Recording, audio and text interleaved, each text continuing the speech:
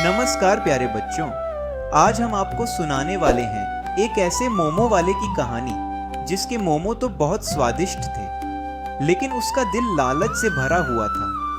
यह कहानी सिर्फ हंसाने के लिए नहीं, बल्कि एक बहुत बड़ी सीख देने के लिए है, तो ध्यान से सुनना।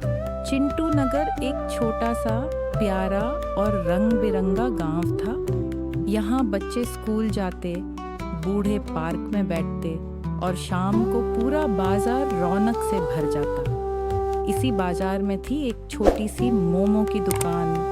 मोहन मोमो वाला।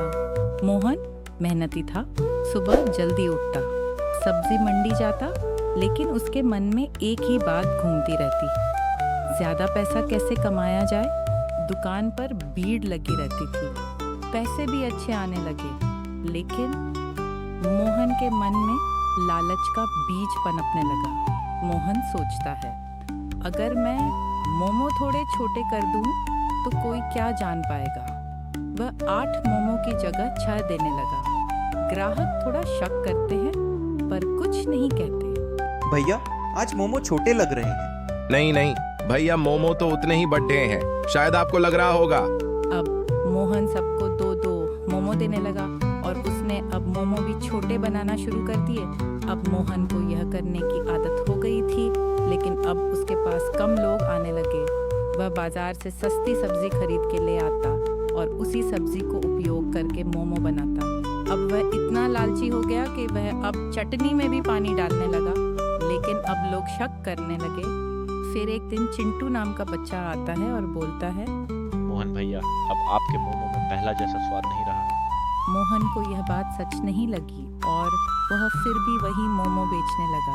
बच्चे धीरे धीरे कम आने लगते हैं। एक दिन बचे हुए मोमो फ्रिज में रख देता है, क्योंकि अब उसके सारे मोमो नहीं बिकते। अगले दिन वही बेच देता है और वही मोमो खाकर वहाँ के लोग बीमार होने लगे।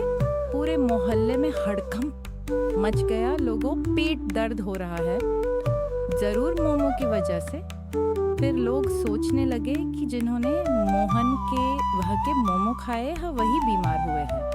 अब सारा शक मोहन के मोमो पर जाने लगा। अब लोग मोहन की दुकान में जाना बंद कर देते और नगर में मोहन की बदनामी हो जाती है। मोहन की दुकान मानो ऐसी लग रही थी जैसे कि सूखा पड़ेच गया हो। मोहन की दुकान में अब कोई नहीं आता।